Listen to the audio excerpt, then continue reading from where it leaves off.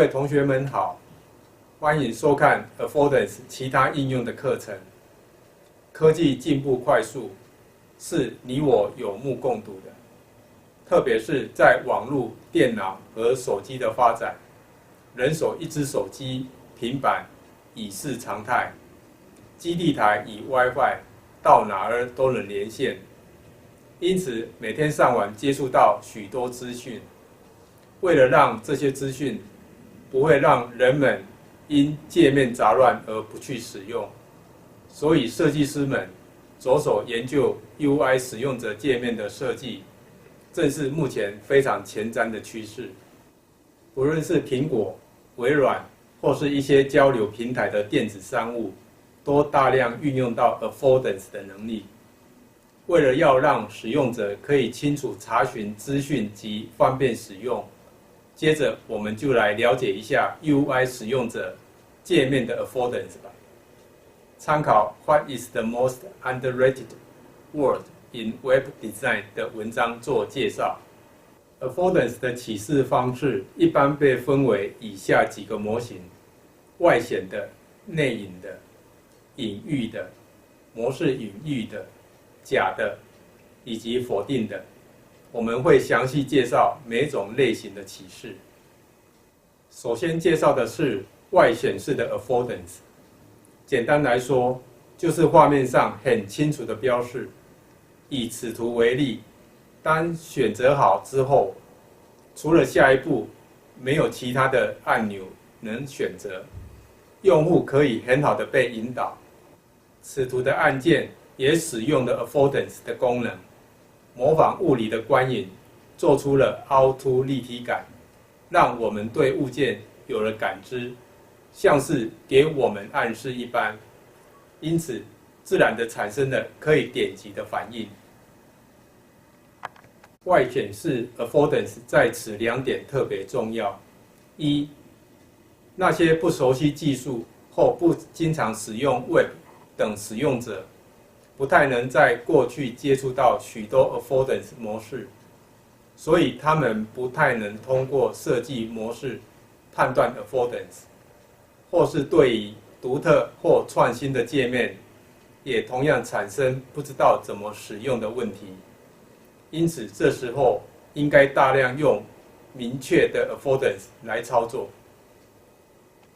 二，还未有明确特定的模式来传达操作时，例如手机上的一个动作，向内挤压开关，向外挤压展开，还不清楚这是怎么回事时，设计师会采用外显式的 Affordance， 让使用者一目了然。再来是内隐式的 Affordance。隐藏的 Affordance 通常用于复杂的界面中，如果每个单独的 Affordance 显而易见，会使界面混乱或混淆。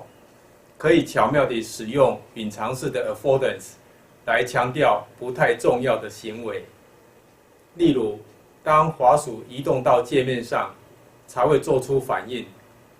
但是在考虑是否使用隐藏的 Affordance 时，必须先猜想使用者是否可以在不知道此操作的情况下，愉快地使用此界面。如果答案是可以的，那么隐藏的 Affordance 就适用于此操作。再来是隐喻式的 Affordance。信封图标启示着发送电子邮件，房子图示启示着回家，电话图示启示着打电话的功能，链条图示启示着建立连结。在复杂资讯中，比起使用外显的启示方式，使用从现实物体提取出来的隐喻，我们能更快地传达讯息。模式隐喻指的是能够传达某些特定或既定的隐喻。例如，大部分设计师现在都使用电话图示来传达打电话这种启示，用爱心图示来传达喜欢某物的启示。如果设计师相信有更好的隐喻存在，他们就可以打破既有的模式。但是要确定使用者已经学习了这种既有的模式才行。细想爱心图示所能传达的丰富启示如下：爱心图示表示喜欢某个项目，保存我喜欢的项目，可以在我的账户中访问所有我喜欢项目的集合。在使用者增加某个项目时，可以被通知已经喜欢过此项目。对此项目来说，这是个积极的手势。6. 爱心经常被理解为爱或者喜欢的象征，通过被持续用来传达某些特定的和喜欢相关的启示。爱心图示开始在交互设计上被用来传达这些语义。接下来介绍 False Affordance， 看起来可以点击或是有什么功能，但是却什么都没有反应，或是做出预期之外的动作，都可以称作 False Affordance。此功能应该尽量避免，以免让使用者不知该如何使用。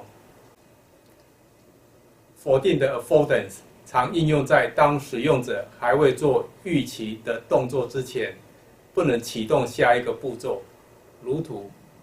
因为名字没有输入，所以没有反应。主要用于引导使用者，或是提醒输入有误等功能。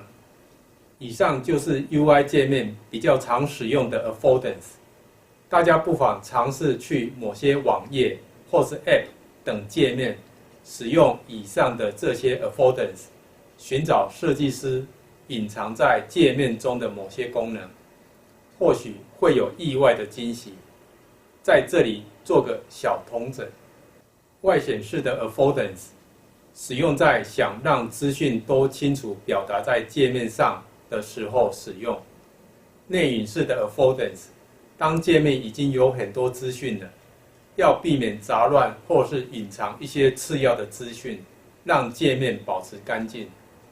隐喻的 Affordance 运用简单的图示代替外显示的文字叙述等。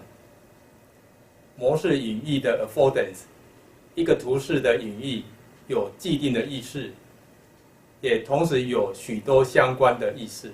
False Affordance 不做出使用者预期的能力，或是有其他意外的功能，不建议使用。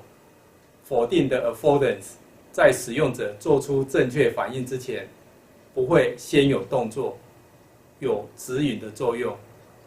如果各位同学有兴趣，可以去看看一些大厂公司设计的 UI 界面。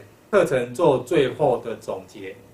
现在 Affordance 的应用在人跟物之间是非常常见的，而且被广泛运用着，可以说是达到了一种模式，好像使用者与设计师和产品的默契。运用引导的方式，让使用者能够自然而然的操作，但同时 Affordance 的产品又好像没有特定的使用方式，而是视情况而定。例如，看到栏杆会让使用者想要去扶着、靠着，或是挂东西等行为。将 Affordance 带到科技上面，例如UI 界面设计，让当时使用者学习没有按键的手机时，就已经进入铺陈效果了。从触控手机到智慧型手机，对有立体的图示本能的去按，一直到后来扁平化的图示，使用者还是知道怎么使用。种种学习的途径，让之后设计的界面操作，如同身体本能的反应一样自然而然。Affordance 的活用，让复杂的东西变得简单，而且没有阻碍。希望各位同学可以学会运用 Affordance， 不论是在产品还是网页设计等，都可以通用。最后，谢谢各位同学的聆听。